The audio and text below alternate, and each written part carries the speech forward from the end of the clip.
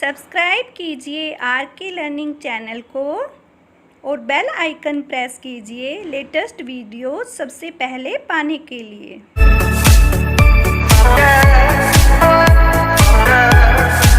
Hello friends, welcome to R K learning academy. Friends, आज के इस वीडियो लेक्चर में हम जीके जीएस सीरीज का नेक्स्ट पार्ट करेंगे और आज के सेशन में हम बौद्ध धर्म से स्टार्टिंग कर रहे हैं। फ्रेंड्स, आई होप ये वीडियोस आप लोगों के लिए बेनिफिशियल रही होंगी, तो आप इन्हें लाइक और शेयर जरूर कर दीजिएगा। अगर आप चैनल पर फर्स्ट टाइम विजिट कर रहे हैं तो चैनल को सब्सक्राइब कर लीजिएगा, साथ ही बेल आइकन को प्रेस कर लीजिएगा ताकि हर न्यू अपडेट का नोटिफिकेशन आप लोगों को मिल सके। तो आइए फ्रेंड्स, आज की क्लास स्टार्ट करते हैं और बौद्ध धर्म से हमारे क्वेश्चंस की स्टार्टिंग है। फर्स्ट क्वेश्चन रहेगा हमारा, बौद्ध धर्म के संस्थापक कौन थे? आंसर हमारा हो जाएगा गौतम बुद्ध, और इन्हें एशिया की ज्योति कहा जाता है। फ्रेंड्स, क्वेश्चन में पूछ लिया जाता है कि लाइट ऑफ एशिया कौन है? हमारा आंसर हो जाएगा गौतम बुद्ध को एशिया की ज्योति, लाइट ऑफ एशिया कहा जाता है। नेक्स्ट क्वेश्चन है, इनका जन्म कब हुआ था? 563 ईस्वी पूर्व में, ठीक है। 563 ईस्वी पूर्व में गौतम बुद्ध का जन्म हुआ था, और कहाँ पर हुआ था? कपिलवस्तु के लुम्बिनी नामक स्थान पर हुआ था। अक्सर पूछ लिया जाता है कि कौन सी जगह पर गौतम बुद्ध का जन्म हुआ था। नेक्स्ट क्वेश्चन है, इनके पिता का क्या नाम था? आंसर हमारा हो जाएगा शुद्धोधन। नेक्स्ट क्वेश्चन देखिए फ्रेंड्स, इनकी माता का क्या नाम था? माया देवी था, और इनकी मृत्यु इनके जन्म के 7वें दिन ही हो गई थी। इनका पालन पोषण किसने किया था? प्रजापति गौतमी ने किया था। नेक्स्ट क्वेश्चन है, गौतम बुद्ध के बचपन का क्या नाम था? इनका नाम था सिद्धार्थ, और इनका विवाह 16 वर्ष की अवस्था में यशोधरा के साथ हुआ था। इनके पुत्र का नाम राहुल था, और एक घटना का अक्सर जिक्र किया जाता है कि इनका मन संन्यास की तरफ कैसे अग्रसर हुआ। तो फ्रेंड्स, ये घटना यहाँ पर बताई गई है कि जब वे कपिलवस्तु की सैर पर निकले तो उन्होंने बूढ़ा व्यक्ति, बीमार व्यक्ति, शव तथा सन्यासी को देखा, जिससे उनका मन विचलित हो गया। तो ये घटना उनके संन्यास का कारण मानी जाती है। नेक्स्ट क्वेश्चन देखिए फ्रेंड्स, सिद्धार्थ ने संसार की समस्याओं से परेशान होकर कितने वर्ष की अवस्था में घर को त्याग दिया था? इन्होंने 29 वर्ष की अवस्था में घर का त्याग किया था। 29 वर्ष की आयु में इन्होंने गृह त्याग किया, और इनकी जो गृह त्याग की सिचुएशन थी, उस स्थिति को बौद्ध धर्म में क्या कहा जाता है? उसे बौद्ध धर्म में महाअभिनिष्क्रमण कहा जाता है। अक्सर पूछ लिया जाता है। 7 वर्ष तक ये ज्ञान की खोज में इधर उधर भटकते रहे। इसके बाद इन्होंने सर्वप्रथम वैशाली के समीप में अलार कलाम और उदक रामपुत्र, इन 2 गुरुओं से शिक्षा ली थी। अलार कलाम सांख्य संप्रदाय के अनुयायी थे। 6 वर्ष की कठिन तपस्या के बाद उनको वैशाख पूर्णिमा की रात निरंजना फल्गु या पुन नदी के किनारे पीपल के वृक्ष के नीचे ज्ञान की प्राप्ति हुई। तो यहाँ से क्वेश्चन पूछ लिया जाता है कि किस दिन किस वृक्ष के नीचे इनको ज्ञान की प्राप्ति हुई? तो पूर्णिमा की रात में और पीपल के वृक्ष के नीचे हमारा आंसर हो जाएगा। महात्मा बुद्ध को, गौतम बुद्ध को ज्ञान की प्राप्ति हुई। इन्होंने अपना पहला उपदेश कहाँ पर दिया था? इन्होंने अपना पहला उपदेश सारनाथ में दिया था, ठीक है। ये क्वेश्चन आपका अक्सर पूछ लिया जाता है कि गौतम बुद्ध ने अपना सबसे पहले उपदेश कहाँ पर दिया था? आंसर हमारा हो जाएगा सारनाथ। और इसको क्या कहा जाता है? बौद्ध ग्रंथों में धर्म चक्र प्रवर्तन के नाम से इसे जाना जाता है। जब महात्मा बुद्ध ने अपना पहला उपदेश दिया था तो उसे धर्म चक्र प्रवर्तन के नाम से जाना जाता है बौद्ध ग्रंथों में। महात्मा बुद्ध ने तपस एवं काल्पिक नामक 2 शूद्रों को बौद्ध धर्म का सर्वप्रथम अनुयायी बनाया था। सबसे पहले 2 अनुयायी बनाए थे इन्होंने, तपस और काल्पिक नाम के जो 2 शूद्र थे। और नेक्स्ट क्वेश्चन है, इन्होंने अपने सर्वाधिक उपदेश कौन सी जगह पर दिए थे? हमारा आंसर हो जाएगा, बुद्ध ने सर्वाधिक उपदेश श्रावस्ती में दिए थे। बौद्ध धर्म का सबसे ज्यादा प्रचार प्रसार कौशल राज्य में हुआ था। नेक्स्ट क्वेश्चन देखिए फ्रेंड्स, बुद्ध के 5 प्रिय शिष्य हैं अनिरुद्ध, आनंद, उपाली, सारिपुत्र और मोदगल्यायन ये 5 शिष्य थे इनके। और बुद्ध के प्रसिद्ध अनुयायी शासक कौन कौन थे? बिंबिसार, प्रसेनजीत और उदयन। ये 3 शासक थे जो इनके अनुयायी राजा माने जाते हैं, जो इनके सबसे प्रसिद्ध अनुयायी राजाओं में से शासकों में माने जाते हैं, बिंबिसार, प्रसेनजीत और उदयन। नेक्स्ट देखिए, बुद्ध अपना प्रचार करते हुए मल्लों की राजधानी पावा में पहुंचे, जहां वे एक लुहार की आम्र वाटिका में ठहरे। उसने बुद्ध को खाने में कुछ दे दिया, जिससे उन्हें रक्त अतिसार हो गया और भयानक पीड़ा उत्पन्न हुई। फिर वे कुशीनगर पहुंचे, जहां पर 483 ईस्वी पूर्व 483 ईस्वी पूर्व में 80 वर्ष की अवस्था में उन्होंने शरीर का त्याग किया। इसे बौद्ध ग्रंथों में महापरिनिर्वाण कहा जाता है। तो फ्रेंड्स, हमारा क्वेश्चन है कि महात्मा बुद्ध का महापरिनिर्वाण या उनका देह त्याग कब हुआ था? तो 483 ईस्वी पूर्व में 80 वर्ष की अवस्था में और कुशीनगर में उन्होंने महापरिनिर्वाण को प्राप्त किया था। नेक्स्ट क्वेश्चन है हमारा, बौद्ध धर्म के कौन कौन से रत्न हैं? बौद्ध धर्म के त्रिरत्न बहुत ही प्रसिद्ध है और इन त्रिरत्नों में कौन कौन चीजें शामिल हैं? बुद्ध, धम्म और संघ। बौद्ध भिक्षुओं के निवास स्थान को विहार कहा जाता है और पूजा स्थल को चैत्य कहा जाता है।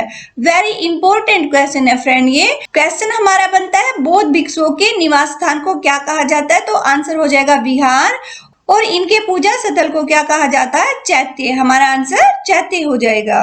नेक्स्ट देखिए फ्रेंड्स, चतुर्थ बौद्ध संगीति के बाद बौद्ध धर्म 2 भागों में बट गया। कौन कौन से 2 भाग थे? एक था हीनयान और दूसरा था महायान। इन 2 शाखाओं में बौद्ध धर्म का विभाजन हो गया। नेक्स्ट है, महात्मा बुद्ध के ज्ञान प्राप्त करने को बौद्ध धर्म में क्या कहा जाता है? आंसर हमारा हो जाएगा संबोधि। संबोधि किसे कहा जाएगा? महात्मा बुद्ध के ज्ञान प्राप्त करने को बौद्ध धर्म में संबोधि कहा जाता है। नेक्स्ट क्वेश्चन है फ्रेंड्स हमारा, बौद्ध साहित्य के 3 पिटक के बारे में, जो कि कौन कौन से ये हमें बताना है। सुत्त पिटक, विनय पिटक और अभिधम्म पिटक। ये बौद्ध साहित्य के 3 पिटक माने जाते हैं, जो कि बहुत ही प्रसिद्ध हैं। नेक्स्ट देखिए, अपने प्रिय शिष्य आनंद के आग्रह पर बुद्ध ने वैशाली संघ में स्त्रियों के प्रवेश को अनुमति दी थी। नेक्स्ट देखिए, आजीविक संप्रदाय की स्थापना किसने की थी? मक्खली पुत्र गोसाल ने की थी।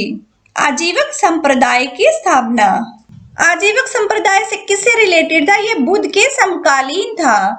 बौद्ध धर्म की पवित्र दिशा कौन सी थी? दक्षिण दिशा को बौद्ध धर्म में पवित्र माना जाता था। बौद्ध धर्म का प्रचार कौन सी भाषा में किया गया था? पाली भाषा में किया गया था। नेक्स्ट देखिए, बौद्ध ग्रंथों में संस्कृत का प्रयोग अभिधम्म पिटक से प्रारंभ होता है। नेक्स्ट देखिए, बौद्ध धर्म के अनुसार सब कष्टों का कारण किसे माना जाता है? इच्छा को सब कष्टों का कारण माना जाता है। नेक्स्ट क्वेश्चन है फ्रेंड्स, बौद्ध धर्म का लक्ष्य क्या माना जाता है? निर्वाण। ठीक है, निर्वाण बौद्ध धर्म का परम लक्ष्य माना जाता है। इसका अर्थ होता है दीपक का बुझ जाना, अर्थात जीवन मरण चक्र से मुक्त हो जाना। तो निर्वाण की प्राप्ति बौद्ध धर्म का परम लक्ष्य माना जाता है। नेक्स्ट क्वेश्चन देखिए फ्रेंड्स, बुद्ध अनात्मवादी थे पर पुनर्जन्म में विश्वास करते थे। नेक्स्ट देखिए, कालांतर में महायान संप्रदाय ये भी 2 भागों में बट गया। एक को शून्यवाद कहा जाने लगा, जिसे माध्यमिक भी कह सकते हैं, और दूसरा विज्ञानवाद यानी योगाचार के नाम से प्रसिद्ध हुआ। और ये किसके बारे में कहा जा रहा है? महायान संप्रदाय के बारे में कहा जा रहा है। नेक्स्ट क्वेश्चन देखिए, शून्यवाद के प्रवर्तक कौन थे? नागार्जुन। इंपॉर्टेंट क्वेश्चन है फ्रेंड्स, ये शून्यवाद से अक्सर पूछ लिया जाता है। विज्ञानवाद के प्रवर्तक कौन थे? मैत्रेयनाथ। मैत्रेयनाथ विज्ञानवाद के प्रवर्तक थे। महात्मा बुद्ध ने सर्वप्रथम कहां पर तपस्या की थी? उरुवेला में तपस्या की थी। तो क्वेश्चन अगर पूछा जाता है कि महात्मा बुद्ध ने सबसे पहले कहां पर तपस्या की थी, हमारा सही आंसर हो जाएगा उरुवेला में की थी। नेक्स्ट देखिए, सुत्त पिटक को प्रारंभिक बौद्ध धर्म का क्या कहा जाता है? इनसाइक्लोपीडिया माना जाता है सुत्त पिटक को। फ्रेंड्स, बौद्ध धर्म के 3 पिटक प्रसिद्ध हैं, जिसमें से सुत्त पिटक को प्रारंभिक बौद्ध धर्म का इनसाइक्लोपीडिया कहा जाता है। नेक्स्ट देखिए, बुद्ध के पूर्व जन्म की कथाएं, जिन्हें जातक कथाएं भी कहा जाता है, ये सुत्त पिटक में ही वर्णित है। नेक्स्ट देखिए, तिब्बत में बौद्ध धर्म का प्रचार करने वाले बौद्ध भिक्षु कौन थे? पद्म संभव। पद्म संभव जो थे इन्होंने तिब्बत में बौद्ध धर्म का काफी प्रचार प्रसार किया। नेक्स्ट देखिए, नालंदा तथा विक्रमशिला विश्वविद्यालय बौद्ध शिक्षा के प्रधान केंद्र थे। अक्सर पूछ लिया जाता है फ्रेंड्स, ये इंपॉर्टेंट क्वेश्चन है आपका कि बौद्ध शिक्षा के प्रधान केंद्र कौन थे? हमारा आंसर हो जाएगा नालंदा और विक्रमशिला विश्वविद्यालय। नेक्स्ट क्वेश्चन देखिए, बुद्ध ने मध्यम मार्ग, मध्यम प्रतिपदा का उपदेश दिया था। किसका उपदेश दिया था? मध्यम प्रतिपदा यानी मध्यम मार्ग का इन्होंने उपदेश दिया था। नेक्स्ट क्वेश्चन देखिए, बुद्ध पावा से कुशीनगर चले गए और यहीं पर सुबच्च को अपना अंतिम उपदेश इन्होंने दिया था। क्वेश्चन पूछा जा सकता है कि महात्मा बुद्ध ने कहां पर और किसको अपना अंतिम उपदेश दिया था? आंसर हमारा हो जाएगा कुशीनगर में सुबच्च को इन्होंने अपना अंतिम उपदेश दिया था। नेक्स्ट क्वेश्चन है फ्रेंड्स, अशोक, मिनांडर, कनिष्क, हर्षवर्धन इन्होंने बौद्ध धर्म के प्रसार में विशिष्ट योगदान दिया था। और ये भी पूछ लिया जाता है कि किन शासकों ने विशेष योगदान दिया था बौद्ध धर्म के प्रसार प्रचार में? तो फ्रेंड्स यहाँ पर देखिए, बिहार और बंगाल के पाल शासकों ने बौद्ध धर्म के प्रचार प्रसार में अद्वितीय योगदान दिया था। नेक्स्ट देखिए, बुद्ध के पंचशील सिद्धांत का वर्णन किसमें मिलता है? ये हमें छांदोग्य उपनिषद में भी मिलता है। जो बुद्ध ने पंचशील के सिद्धांत का वर्णन किया है वह छांदोग्य उपनिषद में भी मिलता है। फ्रेंड्स, एक क्वेश्चन अक्सर इनकी संगीतियों के बारे में पूछ लिया जाता है कि बौद्ध धर्म की कौन कौन सी संगीति थी, कहां पर हुई थी, किसने इसकी अध्यक्षता की थी, किसके शासनकाल में हुई थी? तो फ्रेंड्स, आइए इसको अच्छे से हम जान लेते हैं। सभा देखिए यहाँ पर दी गई है, समय आपका इस कॉलम में, स्थान यहाँ पर दे दिया गया है, अध्यक्ष यहाँ पर है और शासनकाल किसके शासनकाल में थी, ये यहाँ पर शासकों के नाम यहाँ पर दिए गए हैं। देखिए फ्रेंड्स, प्रथम बौद्ध संगीति कब हुई थी? 483 ईस्वी पूर्व में, 483 ईस्वी पूर्व में हुई थी। कहां पर हुई थी? राजगृह में, राजगृह स्थान पर प्रथम बौद्ध संगीति 483 ईस्वी पूर्व में महाकश्यप की अध्यक्षता में और अजातशत्रु के शासनकाल में हुई थी। तो हमारा एक ही लाइन में देखो कितने क्वेश्चंस क्लियर हो जा रहे हैं। नेक्स्ट देखिए, द्वितीय बौद्ध संगीति ये कब हुई थी?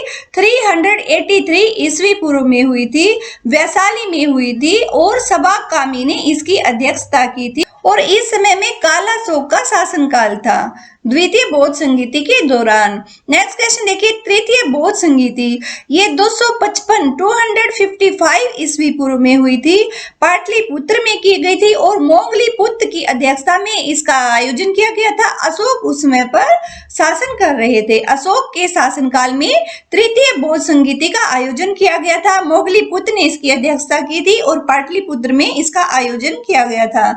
कब हुई थी? 255 ईस्वी पूर्व में, 255 ईस्वी पूर्व में इसका आयोजन किया गया था।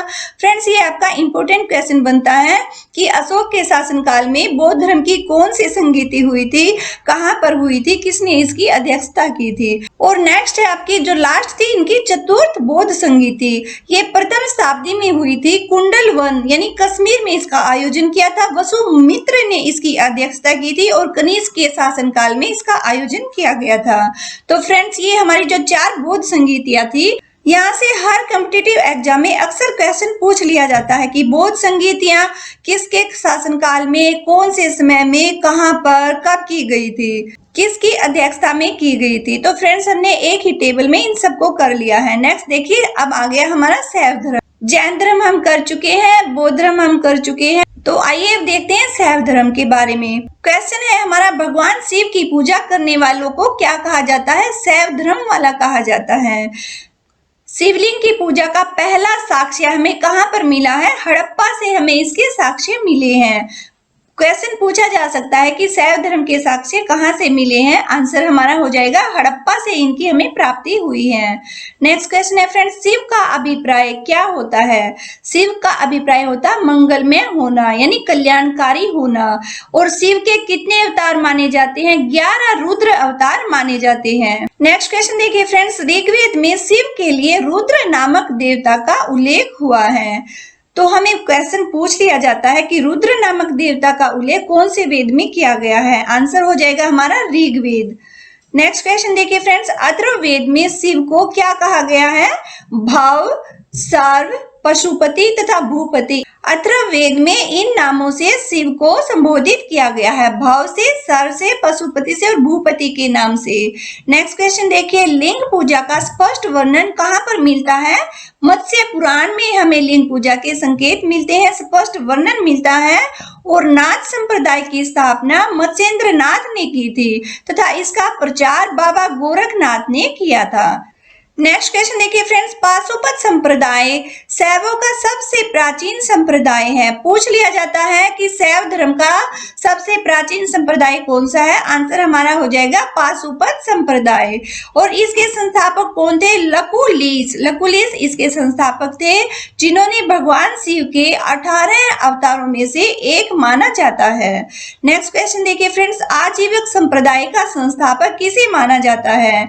मखली पुत्र गोसाल। मखली पुत्र गोसाल को आजीवक संप्रदाय का संस्थापक माना जाता है। यह बौद्ध धर्म के समकालीन है आजीवक संप्रदाय, इसलिए यहाँ से भी इंपॉर्टेंट क्वेश्चन बन जाते हैं। नेक्स्ट क्वेश्चन देखिए, एलोरा के प्रसिद्ध कैलाश मंदिर का निर्माण किसने करवाया था? आंसर हमारा हो जाएगा राष्ट्रकूट राजा कृष्ण प्रथम ने करवाया था। एलोरा के प्रसिद्ध कैलाश मंदिर का निर्माण, ठीक है, किसने करवाया था? राष्ट्रकूट राजा कृष्ण प्रथम ने।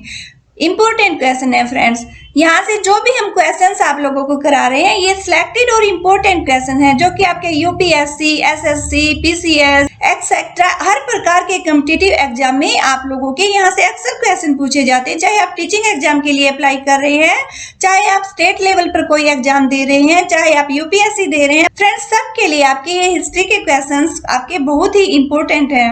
नेक्स्ट देखिए, चोल शासक कौन से चोल शासक है? राजा राज प्रथम। इन्होंने क्या किया? तंजौर में प्रसिद्ध राज राजेश्वर मंदिर का निर्माण कराया था। किसने कराया था? राज राजा प्रथम ने। कौन सा मंदिर है फ्रेंड्स? देखिए राज राजेश्वर मंदिर है, ठीक है, और तंजौर में था, जो कि बहुत ही प्रसिद्ध मंदिर है, जिसे बृहदेश्वर मंदिर भी कहा जाता है। यह शैव धर्म से संबंधित है। नेक्स्ट क्वेश्चन देखिए फ्रेंड्स, कुषाण शासकों की मुद्रा पर किसके हमें चित्र मिलते हैं? शिव और नंदी का एक साथ चित्र हमें मिलता है। कहाँ पर मिलता है? कुषाण शासकों की मुद्राओं पर। तो फ्रेंड्स ये शैव धर्म से इंपॉर्टेंट क्वेश्चंस थे जो हमने यहाँ पर डिस्कस किए हैं। नेक्स्ट देखिए आ जाता है हमारा ईसाई धर्म। ईसाई धर्म के संस्थापक कौन थे? ईसा मसीह माने जाते हैं, और इनका प्रमुख ग्रंथ कौन सा है? बाइबल है। नेक्स्ट देखिए, ईसा मसीह का जन्म कहाँ पर हुआ था? जेरूसलम के निकट बेथलेहम में हुआ था। बेथलेहम नामक स्थान पर ईसा मसीह के जन्म को माना जाता है, जो कि जेरूसलम के निकट है। नेक्स्ट देखिए फ्रेंड्स, ईसा मसीह के जन्म को किस रूप में सेलिब्रेट किया जाता है? कैसे मनाते हैं? क्रिसमस के रूप में ईसा मसीह के जन्म को मनाया जाता है। इनकी माता का नाम मेरी था तथा पिता का नाम जोसेफ था। जीवन के प्रथम 30 वर्षों में ये बढ़ई का काम करते थे, कारपेंटर का काम करते थे, और इनके पहले 2 शिष्य थे, एडुस और पीटर। नेक्स्ट देखिए, ईसा मसीह को 33 ईस्वी में फांसी पर पोर्टियस ने चढ़ाया था। किसने इनको फांसी पर चढ़ाया था? पोर्टियस ने। और ईसाई धर्म का प्रमुख चिन्ह क्या माना जाता है? क्रॉस को माना जाता है, यानी जो प्लस का निशान होता है इसे ईसाई धर्म का प्रमुख चिन्ह माना जाता है। नेक्स्ट आ जाता है इस्लाम धर्म। इस्लाम धर्म के संस्थापक कौन थे? हजरत मोहम्मद साहब को इस्लाम धर्म का संस्थापक माना जाता है। इनका जन्म कहाँ पर हुआ था और कब हुआ था? 570 ईस्वी में, 570 ईस्वी में मक्का में हजरत मोहम्मद साहब का जन्म हुआ था। इनके पिता का नाम क्या था? अब्दुल्ला, और माता का नाम अमीना। नेक्स्ट देखिए, हजरत मोहम्मद साहब को 610 ईस्वी में, 610 ईस्वी में मक्का के पास हीरा नामक गुफा में ज्ञान की प्राप्ति हुई थी। कहाँ पर इनको ज्ञान की प्राप्ति हुई थी? हीरा नामक गुफा में इनको ज्ञान की प्राप्ति हुई थी हजरत मोहम्मद साहब को, जो कि इस्लाम धर्म के संस्थापक हैं। इनको 610 ईस्वी में ज्ञान की प्राप्ति हुई थी। और नेक्स्ट क्वेश्चन देखिए, 24 सितंबर 622 ईस्वी को 24 सितंबर 622 ईस्वी में पैगंबर के मक्का से मदीना की यात्रा को इस्लाम धर्म में हिजरी संवत के नाम से जाना जाता है। अक्सर क्वेश्चन पूछ लिया जाता है इस्लामिक धर्म से कि हिजरी संवत क्या है और इसकी शुरुआत कब हुई थी? तो फ्रेंड्स यहाँ पर 24 सितंबर 622 ईस्वी को पैगंबर के मक्का से मदीना की यात्रा को इस्लाम धर्म में हिजरी सम्मत के नाम से जाना जाता है। नेक्स्ट क्वेश्चन देखिए, मोहम्मद साहब की शादी किस अवस्था में हुई थी? 25 वर्ष की आयु में हुई थी और किसके साथ हुई थी? खदीजा नाम की एक विधवा थी, खदीजा के साथ इनकी 25 वर्ष की आयु में शादी हुई थी।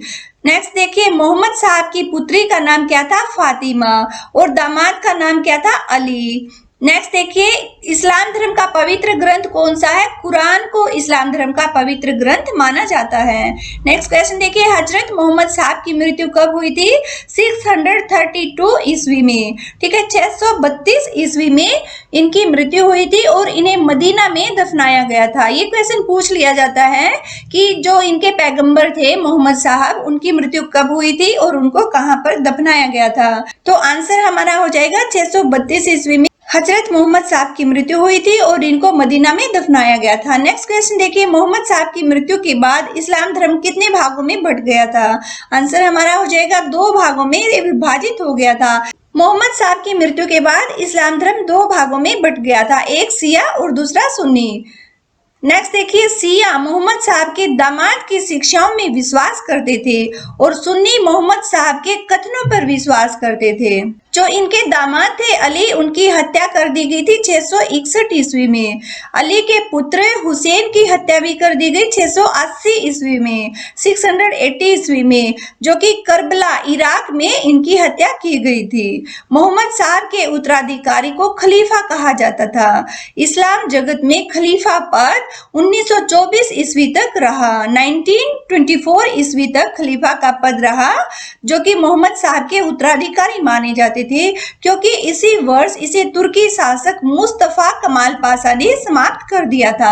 खलीफाओं का जो ओहदा था, इसे तुर्की के शासक मुस्तफा कमाल पाशा ने समाप्त किया था। नेक्स्ट आ जाता हमारा पारसी धर्म। पारसी धर्म के संस्थापक कौन थे? जरथुस्त्र ईरानी, और इनकी शिक्षाओं का संकलन कहाँ पर किया गया है? जिंदा अवेस्ता में किया गया है, जो कि एक ग्रंथ माना जाता है पारसियों का धार्मिक ग्रंथ। कौन सा है ये? जिंदा अवेस्ता, जो कि पारसी धर्म का बहुत ही प्रसिद्ध ग्रंथ माना जाता है, जिसमें पारसी धर्म के संस्थापक जरथुस्त्र ईरानी की शिक्षाओं का संकलन किया गया है। यहाँ से भी क्वेश्चन बन जाता है कि जिंदा अवेस्ता कौन से धर्म का पवित्र ग्रंथ है? हमारा आंसर हो जाएगा पारसी धर्म का। इसमें किसकी शिक्षाओं का संकलन किया गया है? पारसी धर्म के संस्थापक जरथुस्त्र ईरानी की शिक्षाओं का संकलन इसमें किया गया है। पारसियों का धार्मिक ग्रंथ माना जाता है।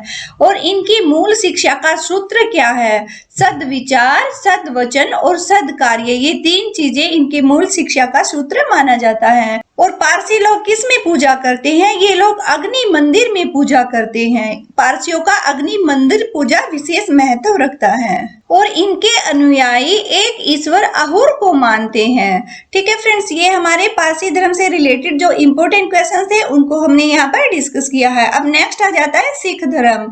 सिख धर्म की स्थापना किसने की थी? गुरु नानक देव ने सिख धर्म की स्थापना की थी और ये सिखों के पहले गुरु माने जाते हैं, गुरु नानक देव। नेक्स्ट देखिए, ये बादशाह बाबर तथा हुमायूं के समकालीन थे। नेक्स्ट देखिए, गुरु नानक ने कौन सी व्यवस्था का प्रचलन किया था? इन्होंने लंगर, जिसे पंगत भी कहा जाता है, इसकी व्यवस्था का प्रचलन कराया। इन्होंने ही अनेक संगत यानी धर्मशालाओं की स्थापना की। नेक्स्ट देखिए, गुरु नानक देव की मृत्यु कब हुई थी? 1539 ईस्वी में, 1539 ईस्वी में करतारपुर में इनकी मृत्यु हुई थी। और इनका जन्म कहाँ पर हुआ था? इनका जन्म 1469 ईस्वी में, 1469 ईस्वी में तलवंडी ननकाना साहिब में इनका जन्म हुआ था। गुरु अंगद सिखों के दूसरे गुरु माने जाते हैं। क्वेश्चन अक्सर पूछ लिया जाता है कि सिखों के दूसरे गुरु कौन माने जाते हैं, तो इसका आंसर हमारा हो जाएगा गुरु अंगद को सिखों का दूसरा गुरु माना जाता है और इनका नाम लहना था। नेक्स्ट क्वेश्चन देखिए फ्रेंड्स, गुरु अंगद ने और क्या किया था? इन्होंने गुरुमुखी लिपि का आरंभ किया था। गुरुमुखी लिपि की जो स्टार्टिंग की थी गुरु अंगद ने ही की थी और इन्होंने लंगर जो पंगत व्यवस्था थी उसको स्थायी रूप से बना दिया था। नेक्स्ट देखिए, सिखों के तीसरे गुरु कौन थे? गुरु अमरदास सिखों के तीसरे गुरु थे। गुरु अमरदास ने हिंदुओं से अलग होने वाले कई कार्य किए। इन्होंने सिखों के लिए हिंदू से अलग विवाह पद्धति बनाई जिसे लवन कहते हैं। अक्सर क्वेश्चन पूछ लिया जाता है कि लवन कौन से धर्म से संबंधित है। आंसर हमारा हो जाएगा सिख धर्म से संबंधित है, जो कि हिंदुओं से अलग एक प्रकार की विवाह पद्धति होती है, लवन पद्धति। नेक्स्ट क्वेश्चन देखिए फ्रेंड्स, पूछ लिया जाता है कि अमरदास से कौन से राजा ने, कौन से शासक ने मुलाकात की थी। आंसर हमारा हो जाएगा अकबर ने गुरु अमरदास से मुलाकात की थी और इनकी पुत्री थी बीबी भानी। ठीक है, इनको कई गांव दान में दिए थे। नेक्स्ट देखिए, सिखों के चौथे गुरु कौन थे? रामदास थे। अकबर ने गुरु रामदास की पत्नी बीबी भानी को 500 बीघा जमीन दी थी। गुरु रामदास ने इसी जमीन पर अमृतसर जलाशय तथा अमृतसर शहर की स्थापना की थी। अमृतसर शहर का पहला नाम रामदासपुर रखा गया था। अक्सर यहाँ से क्वेश्चन पूछ लिया जाता है कि अमृतसर शहर का पहला नाम क्या था। आंसर हो जाएगा रामदासपुर। ठीक है, और किसने इसकी स्थापना की थी? तो गुरु रामदास ने अमृतसर जलाशय और अमृतसर शहर इन दोनों की ही स्थापना की थी। नेक्स्ट देखिए फ्रेंड्स, सिखों के 5वें गुरु कौन थे? आंसर हमारा हो जाएगा गुरु अर्जुन देव। सिखों के 5वें गुरु थे गुरु अर्जुन देव। इन्होंने क्या किया था? इन्होंने आदि ग्रंथ की रचना की थी। इन्होंने और क्या किया? हरमंदिर साहब जो कि स्वर्ण मंदिर है, इसका निर्माण अमृतसर जलाशय के अंदर कराया था। किसने कराया था? गुरु अर्जुन देव ने किया था। फ्रेंड्स, ये हमारा इंपॉर्टेंट क्वेश्चन बनता है कि जो अमृतसर में स्वर्ण मंदिर है उसका निर्माण किसने कराया था। इसका आंसर हमारा हो जाएगा कि गुरु अर्जुन देव ने स्वर्ण मंदिर का निर्माण कराया था, जिसे हरमंदिर साहब भी कहते हैं, जो कि अमृतसर के जलाशय के अंदर है। नेक्स्ट देखिए, मुगल बादशाह जहांगीर ने गुरु अर्जुन देव की हत्या कब की थी? 1606 ईस्वी में। 1606 ईस्वी में राजकुमार खुसरो की सहायता करने के कारण करवा दी थी। नेक्स्ट क्वेश्चन देखिए, सिखों के छठे गुरु कौन थे? हरगोविंद थे। इन्होंने सिखों को सैन्य संगठन का रूप दिया और अकाल तख्त का निर्माण भी कराया। तो किसने कराया था अकाल तख्त का निर्माण? छठे गुरु थे जो सिखों के, हरगोविंद जी। इन्होंने अकाल तख्त का निर्माण कराया था। नेक्स्ट देखिए, ये 2 तलवार बांधकर गद्दी पर बैठते थे और दरबार में किसकी व्यवस्था इन्होंने की थी? नगाड़ा बजाने की व्यवस्था हरगोविंद जी ने ही की थी। नेक्स्ट देखिए, इन्होंने और क्या किया? अमृतसर की किलेबंदी भी की थी। नेक्स्ट देखिए, सिखों के 7वें गुरु थे गुरु हर राय और दारा सिकोह ने इनसे मुलाकात की और इन्होंने उसे आशीर्वाद भी दिया। नेक्स्ट देखिए, सिखों के 8वें गुरु थे हरकिशन। ठीक है, इनकी मृत्यु चेचक से हो गई थी और इन्होंने दिल्ली जाकर औरंगजेब को गुरु पद के बारे में समझाया था। सिखों के 9वें गुरु थे तेग बहादुर। इस्लाम स्वीकार न करने के कारण औरंगजेब ने इनकी हत्या करवा दी थी गुरु तेग बहादुर की, जो कि सिखों के 9वें गुरु थे, बहुत ही प्रसिद्ध गुरु माने जाते हैं। और सिखों के 10वें और अंतिम गुरु थे गुरु गोविंद सिंह। इन्होंने पाहुल प्रणाली की शुरुआत की। अक्सर क्वेश्चन पूछ लिया जाता है कि पाहुल प्रणाली का संबंध किस संप्रदाय से है। आंसर हमारा हो जाएगा सिख संप्रदाय से है। किसने इसकी शुरुआत की थी? गुरु गोविंद सिंह ने की थी। गुरु गोविंद सिंह कौन थे? सिखों के 10वें और अंतिम गुरु थे। ये अपने को सच्चा बादशाह कहते थे। और नेक्स्ट देखिए फ्रेंड्स, इन्होंने सिखों के लिए 5 ककार जो कंपलसरी बनाए वो गुरु गोविंद सिंह जी ने ही बनाए थे। 5 ककार कौन कौन से हैं? क से केस, क से कंघा, क से कृपाण, क से कच्चा और क से कड़ा। पूछ लिया जाता है कि कौन कौन से 5 ककार है जो कि सिख धर्म के लिए अनिवार्य माने जाते हैं। नेक्स्ट देखिए फ्रेंड्स, इन्होंने पुरुषों के नाम के अंत में सिंह तथा महिला के नाम के अंत में कोर जोड़ने को कहा। नेक्स्ट देखिए, खालसा पंथ की स्थापना कब हुई थी? 1699 ईस्वी में वैसाखी के दिन गुरु गोविंद सिंह जी ने खालसा पंथ की स्थापना की थी। ये क्वेश्चन अक्सर पूछ लिया जाता है फ्रेंड्स, इंपॉर्टेंट क्वेश्चन है कि खालसा पंथ की स्थापना किसने की थी, कब की थी, किस दिन की थी। तो आंसर हमारा हो जाएगा खालसा पंथ की स्थापना गुरु गोविंद सिंह जी ने की थी। कब की थी? 1699 में, 1699 ईस्वी में की थी। और किस दिन की थी? वैसाखी के दिन की थी। नेक्स्ट देखिए, इनका जन्म कब हुआ था? 1666 ईस्वी में पटना में हुआ था। इनके निवास स्थान को क्या कहा जाता है? आनंदपुर साहिब कहते थे। और इनकी कार्यस्थली को क्या कहते हैं? इनकी कार्यस्थली को पाओता कहते थे। नेक्स्ट क्वेश्चन देखिए, गुरु गोविंद सिंह की हत्या कब की गई? 1708 ईस्वी में। नांदेड़ नामक एक स्थान है जहां पर गुल खान नामक पठान ने इनकी हत्या कर दी थी, गुरु गोविंद सिंह जी की। नेक्स्ट देखिए फ्रेंड्स, इनके दो पुत्र थे, एक थे फतेह सिंह और दूसरे थे जोरावर सिंह। इनको वजीर खान ने दीवार में चिनवा दिया था। सिखों के अंतिम गुरु जो कि 10वें गुरु थे गुरु गोविंद सिंह, इनके पुत्र फतेह सिंह और जोरावर को वजीर खान ने दीवार में चिनवा दिया था। नेक्स्ट देखिए, गुरु गोविंद सिंह ने आदि ग्रंथ को वर्तमान रूप दिया था और यह कहा कि गुरुवाणी अब सिख संप्रदाय के लिए गुरु का काम करेगी।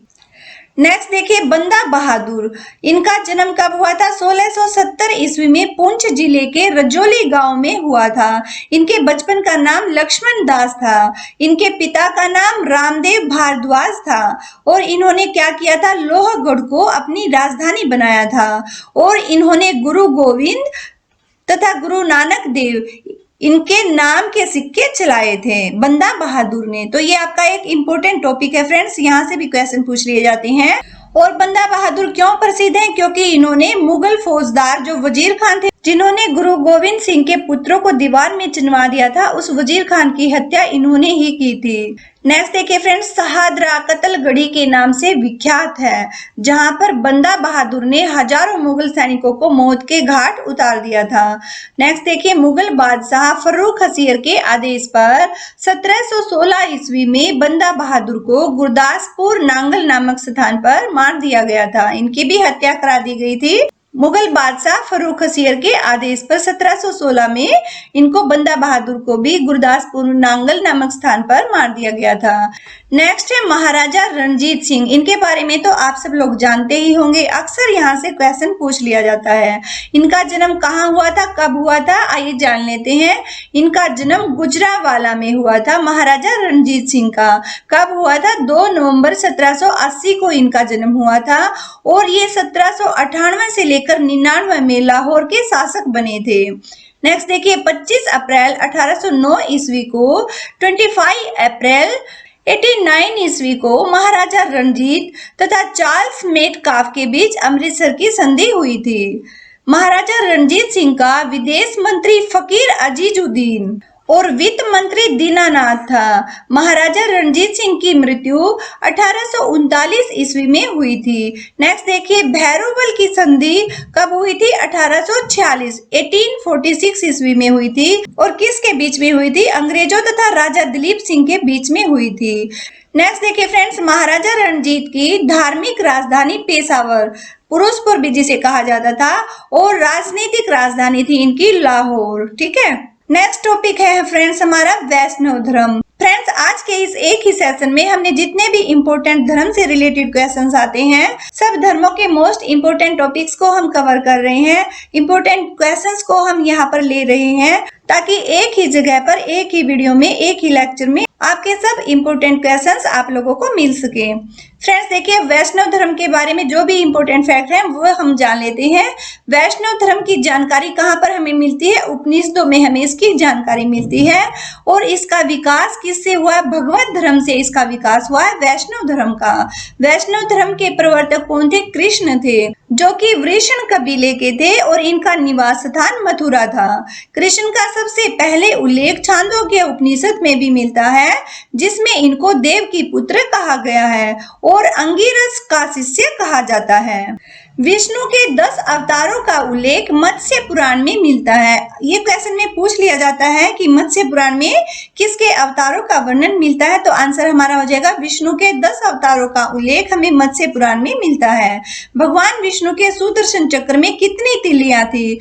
6 तिलियां थी। मोस्ट इंपोर्टेंट क्वेश्चन है फ्रेंड्स, ये आपका अक्सर पूछ लिया जाता है। जैसे तिरंगे की तिलियों के बारे में पूछा जाता है, ऐसे ही अगर धर्म से रिलेटेड क्वेश्चंस आते हैं तो बारीकी से वहां पर आपसे ये चीजें पूछी जाती हैं। तो फ्रेंड्स, इनको आप अच्छे से कर लीजिएगा। भगवान विष्णु के सुदर्शन चक्र में कितनी तिलियां थी? 6 तिलियां थी। आंसर हमारा 6 हो जाएगा। ओके फ्रेंड्स, आज के लिए हम इतने क्वेश्चंस करते थे। जो भी most important and selected questions थे आपके धर्मों से रिलेटेड, वो सारे धर्म, जैन धर्म, बौद्ध धर्म, सिख धर्म, इस्लाम धर्म, पारसी धर्म, सारे वैष्णव धर्म, शैव धर्म और सारे मत और इनके आचार्य। फ्रेंड्स ये सब हमने अच्छे से कवर कर लिया है। आई होप वीडियो आप लोगों को जरूर पसंद आई होगी और आप लोगों के लिए बेनिफिशियल भी रही होगी। तो फ्रेंड्स वीडियो को आप ज्यादा से ज्यादा शेयर कीजिएगा, लाइक कीजिएगा। अगर चैनल पर फर्स्ट टाइम विजिट कर रहे हैं तो चैनल को सब्सक्राइब कर लीजिएगा, साथ ही बेल आइकन को प्रेस कर लीजिएगा ताकि चैनल पर अपलोड होने वाली हर नई वीडियो का नोटिफिकेशन आप लोगों को मिल सके। फ्रेंड्स आप लोग हमें फेसबुक और इंस्टाग्राम पर भी फॉलो कर सकते हैं और हमारे टेलीग्राम चैनल को भी ज्वाइन कर सकते हैं। इन सब के लिंक आपको वीडियो के डिस्क्रिप्शन बॉक्स में प्रोवाइड करा दिए जाएंगे। फ्रेंड्स अगर वीडियो आप लोगों को पसंद आई है तो कमेंट सेक्शन में कमेंट करके जरूर बताइएगा। ओके फ्रेंड्स, फिर मिलते हैं नेक्स्ट क्लास में। Thanks for watching this video.